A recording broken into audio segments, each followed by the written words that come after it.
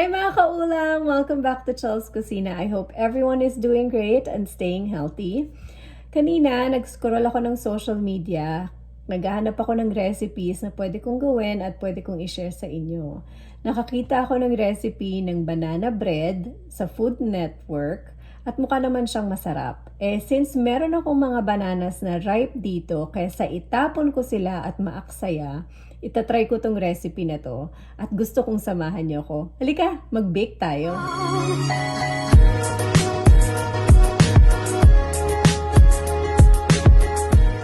Okay, so simulan na natin gumawa ng banana bread. So nakita niyo itong tatlong bananas na to. It doesn't have to be this ripe, but this is what I have, so this is what we're gonna use.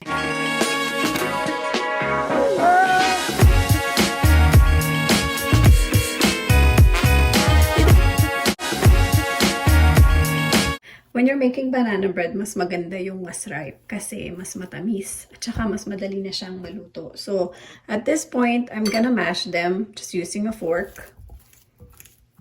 Huwag naman masyado madiin. Masaktan sila. So,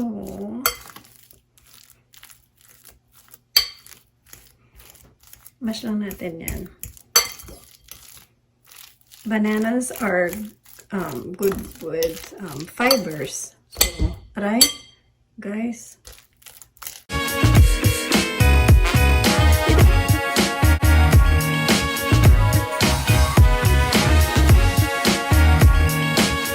Okay, I'm gonna set this aside. Okay, so start naman tayo sa dry ingredients. So, gumagamit ako ng pangsala kasi isi-sift natin. Since wala akong sifter, ito, pwede na rin to as a alternative. Huwag na tayo magiging mo arty. So, 1 cup. Andito na pala siya. 1 cup ng flour. 1 2/3 cup of flour. So, isi-sift ko lang ng maigi. Ay, isi-sift. I-measure ko lang ng maigi. Kasi, kailangan sa baking, perfect ang measurement para di wow ang result, guys.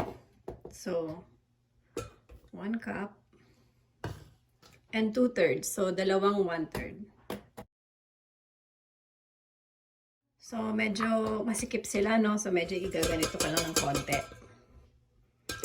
After nyan, maglalagay naman tayo ng 1 teaspoon ng baking soda. So, nasan yung mga... Dahil wala akong 1 teaspoon, dalawang 1.5 teaspoon na lang. Ganon din naman, di ba? Wala tayong juicy. So, ilalagay ko dito sa gilid, guys, kasi baka sumobra. Okay, so 1 teaspoon ng baking soda. Ayan. Tapos, lagyan naman natin siya ng 1/4 teaspoon ng cinnamon. So, cinnamon powder.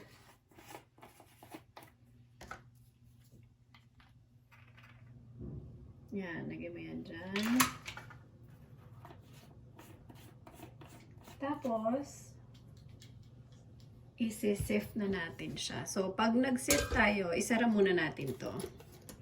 Kasi nakabuka siya. So, pag nag-sift tayo, yung ginagawa ko, ginaganito ko lang. Hindi ko alam kung anong tawag dito, no? Pero sifting to. Just make sure na yung mga tinataktak natin, hindi lumalagpas dun sa bowl.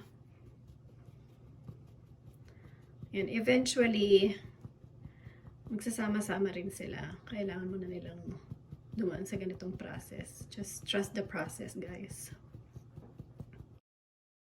Ayan, nakikita nyo, bumaba na rin yung mga cinnamon, baking powder.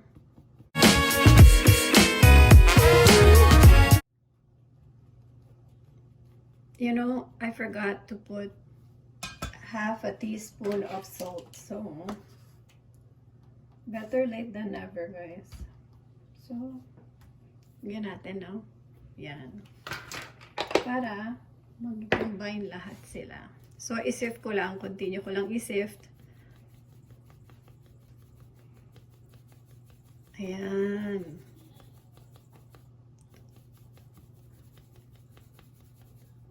So, nakikita nyo yung iba doon? Hindi nyo nakikita, di ba? Kasi ako rin, nahihirapan din ako. Pero meron. Promise. So, igaganyan ko na lang. Kasi mga asin, yung asin yun na nakalimutan ko. Okay, so, ito na yung dry ingredients natin.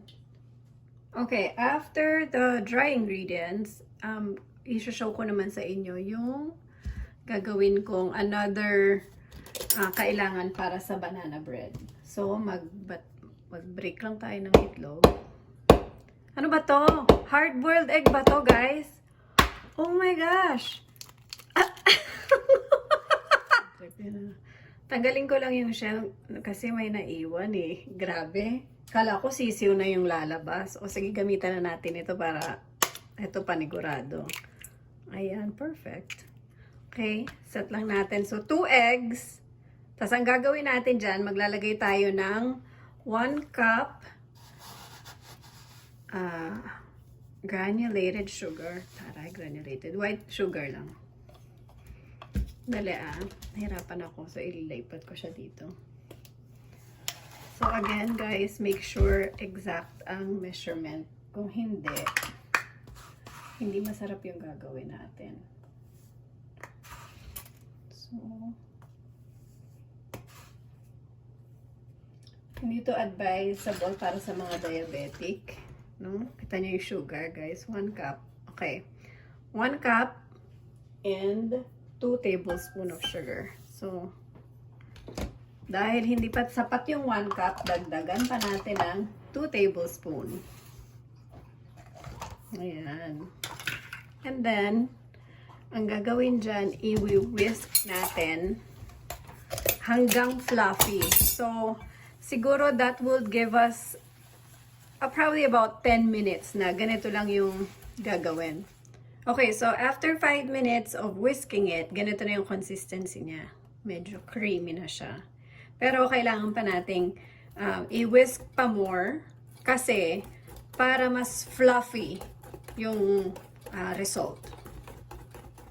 Okay, 10 minutes of whisking, mas creamy na siya.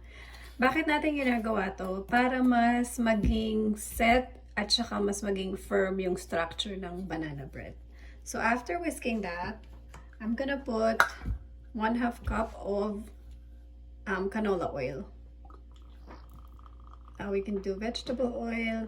Hindi ko pa na-try yung olive oil, but you guys can do that and then let me know how that works. Pero ito yung dito ko sanay, so ito yung gagawin ko. So, lagyan na natin. And then, i-mix natin siya ulit. Just make sure it's well mixed dun sa ginawa nating mixture. Siyempre, alam sa ginawa nating hindi mixture. So, yan. Okay, so tapos na ako dito. Bale, ang gagawin ko, ihahalo ko itong ginawa natin na to dito sa binash na bananas.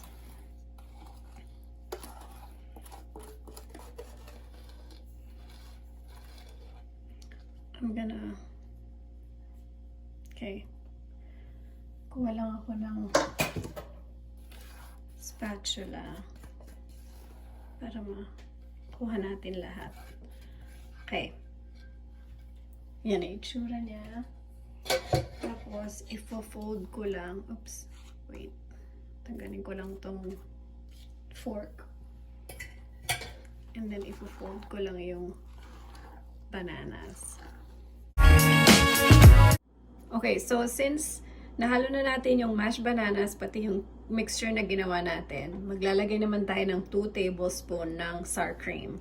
Yung sour cream, nakakatulong to sa pag-moist ng binibake natin. Also, since naglagay tayo ng baking soda, yun din parang nagpapa-activate sa kanya. Kung wala kayong sour cream, okay lang din naman. It's still gonna rise. Tapos, haluin lang natin.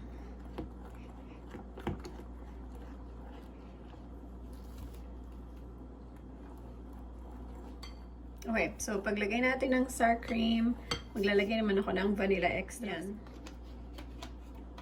1 teaspoon ng banana extract. Tapos i-mix lang natin.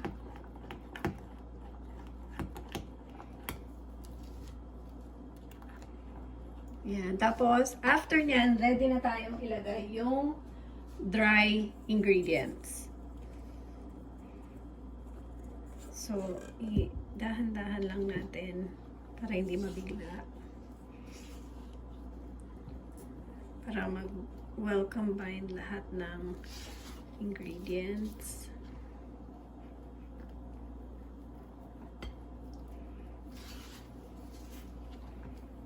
Okay, so ilalagay ko na yung the rest ng dry ingredients. So, ang banana pala hindi lang good for fiber, kung hindi potassium din pala. O, edi bongga, diba? Ang daming benefits. Ay! So, haluin lang natin mabuti. Ayan. So, makikita natin, yung consistency niya medyo thick na, no? Kasi hinalo na natin yung dry ingredients. Pag ginawa nyo to, hinahalo nyo pa lang, naaamoy nyo na yung parang nagbe-bake na kayo ng banana bread. Ganon siya kabango. Siguro kasi yung vanilla extract, tapos yung ripe banana, you know. Okay, so haluin ko lang to ng siguro mga ano pa, like, konti na lang. Para lang ma-sure na talagang lahat sila is all combined. Yan. Okay, so, isa pa sa mga ingredients na pwede nyo ilagay sa banana bread ay nuts. Pero yung sa akin, walnut. Siguro this is about 1 cup ng walnut. Tutustahin lang natin. So, nilagay ko na yung pan sa medium to high heat para matusta. Yung iba, pwede nyo ilagay dun sa mixture. Yung iba naman, kung gusto nyo, i-save nyo, ilagay nyo lang as topping. Okay, so kung may allergy naman kayo sa nuts, I think you can substitute chocolate chips. Masarap din yun. Okay, so ilalagay ko lang yung ibang roasted walnuts. And then the rest, pwede ko namang ilagay sa ibabaw. Pero i-fold lang natin siya.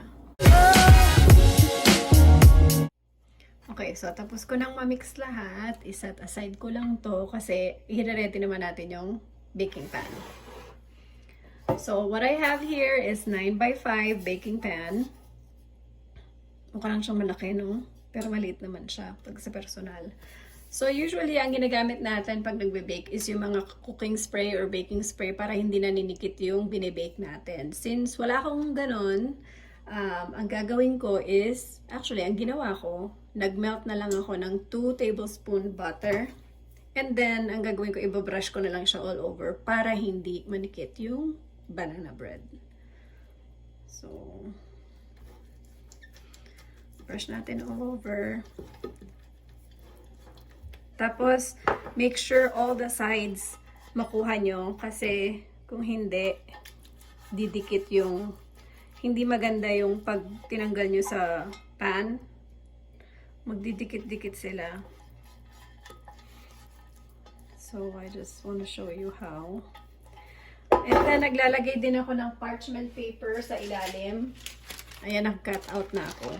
It doesn't have to be perfect, but just make sure naka-align lang siya dun sa ilalim.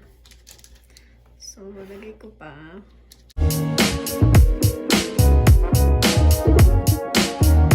Ayan. Kung wala kayong ganitong pan, any pan will do, guys. Huwag lang yung pa-pizza. Basta anything na may malalim, pwede na rin yun. So, hindi ko nagamit lahat. Set aside na natin. So, ipo-pour ko na dito ngayon yung mixture ng banana bread. So,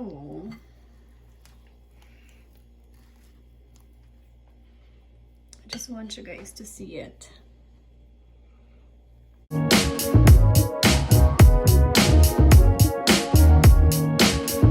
Kunin ko lang yung iba para hindi sayang.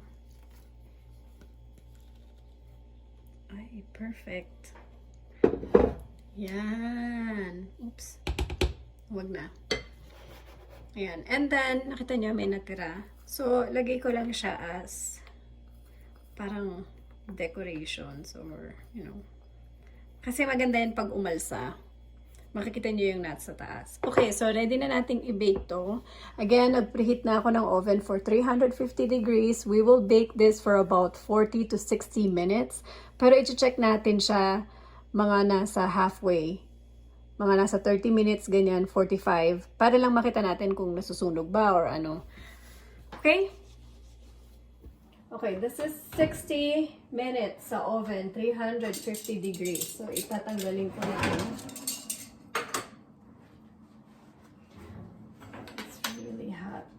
Okay, so after 60 minutes or an hour sa oven for 350 degrees, i-check ko lang with the toothpick kung talagang luto siya all the way through. So, pag ito malinis at walang dikit-dikit, ibig sabihin it's cooked all the way through. And it is. Nalulula ako. Ayan. There. Try na naman natin dito. Oh, wala. It's clean. So, it's cooked.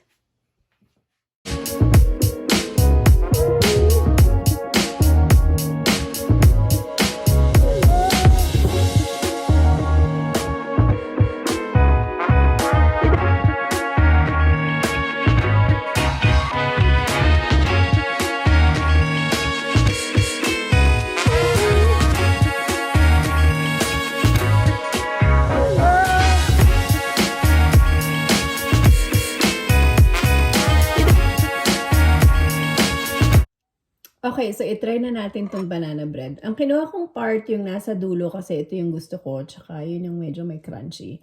Pero dun sa middle part niya, nandun naman yung talagang yung bread. So tikman natin.